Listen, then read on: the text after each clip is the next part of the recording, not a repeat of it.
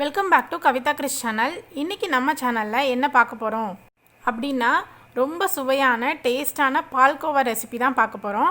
ஆனால் எப்படி ஹெல்த்தியாக வீட்லேயே பண்ண போகிறோம் அப்படின்றது தான் என்னோடய வீடியோவில் இருக்குது. ஸோ வீடியோவை ஸ்கிப் பண்ணாமல் பாருங்கள். கட் பண்ணும் போதே உங்களுக்கு தெரியும் எவ்வளோ சாஃப்டாக இருக்குது அப்படின்ட்டு. நான் எடுத்த அளவில் இந்த மாதிரி எனக்கு ஒரு 9 பீஸ் கிடச்சிது. உங்களுக்கு எத்தனை தேவையோ அதுக்கு தகுந்த மாதிரி நீங்கள் அளவை மாற்றிக்கோங்க.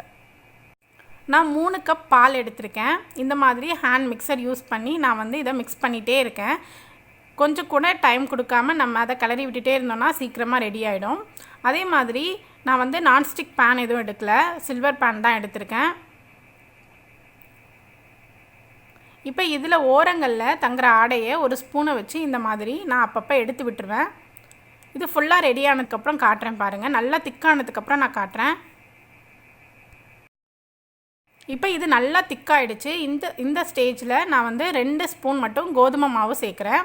கோதுமை மாவு பைண்டிங்காக மட்டும்தான் சேர்க்குறோம். இந்த மாதிரி நீங்கள் பவுடராக போட்டுட்டா நல்லா மிக்ஸ் பண்ணணும். அப்படி இல்லைனா நீங்கள் லைட்டாக தண்ணியில் கரைச்சிட்டு அதுக்கப்புறமா இது கூட சேர்த்துக்கோங்க. அப்போ மிக்சிங் ரொம்ப ஈஸியாக இருக்கும் உங்களுக்கு. 1.5லேருந்து 2 ஸ்பூன் போட்டால் போதும் 3 கப் பாலுக்கு. ரொம்ப போட தேவையில்லை, அப்புறம் ரொம்ப டைட்டாகிடும் உங்களுக்கு.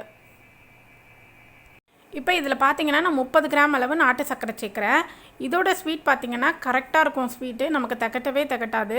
உங்களுக்கு கடையில் கிடைக்கிற மாதிரி நல்லா ஸ்வீட்டாக வேணும்னா நீங்கள் 50லேருந்து 60 கிராம் அளவு நாட்டு சர்க்கரை எடுத்துக்கோங்க.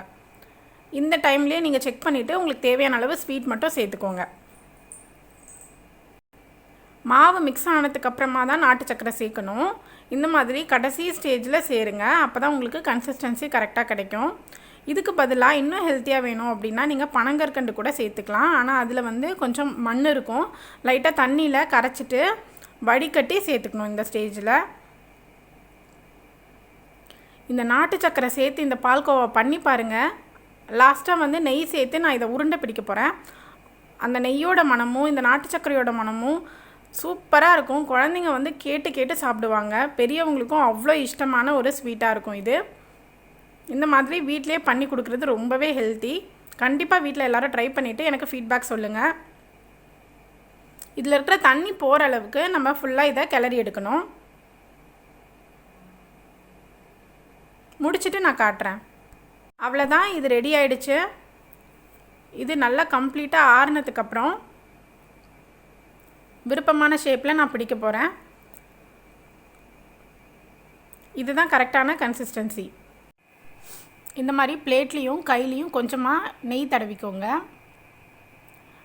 மாவு நல்லா ஆறுனதுக்கப்புறமா கொஞ்சமாக அதில் எடுத்து இந்த மாதிரி உங்களுக்கு என்ன ஷேப் வேணுமோ அந்த மாதிரி பண்ணிக்கலாம். நடுவில் லைட்டாக ப்ரெஸ் பண்ணிங்கன்னா அதுக்குள்ளே ஜெம்ஸு இல்லை காஞ்ச திராட்சை இல்லை உங்களுக்கு விருப்பமான நட்ஸ் கட் பண்ணி போட்டிங்கன்னா இந்த டிஷ் இன்னுமே ஹெல்த்தி ஆகிடும்.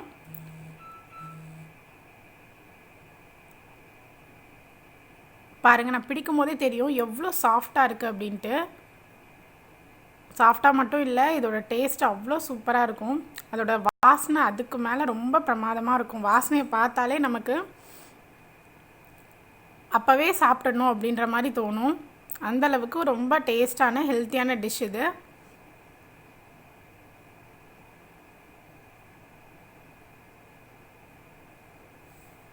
அவ்வளோதான், இது ரெடி ஆயிடுச்சு. இப்போ இது மேலே நான் கொஞ்சமாக பாதாம் பருப்பு கட் பண்ணி சேர்த்துருக்கேன். உங்களுக்கு விருப்பமான எந்த நட்ஸ் வேணாலும் சேர்த்துக்கலாம். அவ்வளோதான், இது ரெடி ஆகிடுச்சு. இதை வீட்டில் ட்ரை பண்ணி பார்த்துட்டு மறக்காமல் உங்களோட ஃப்ரெண்ட்ஸ்க்கும் ஃபேமிலிஸ்க்கும் ஷேர் பண்ணுங்கள். ஃபீட்பேக் கூட கமெண்ட் செக்ஷனில் கொடுங்க.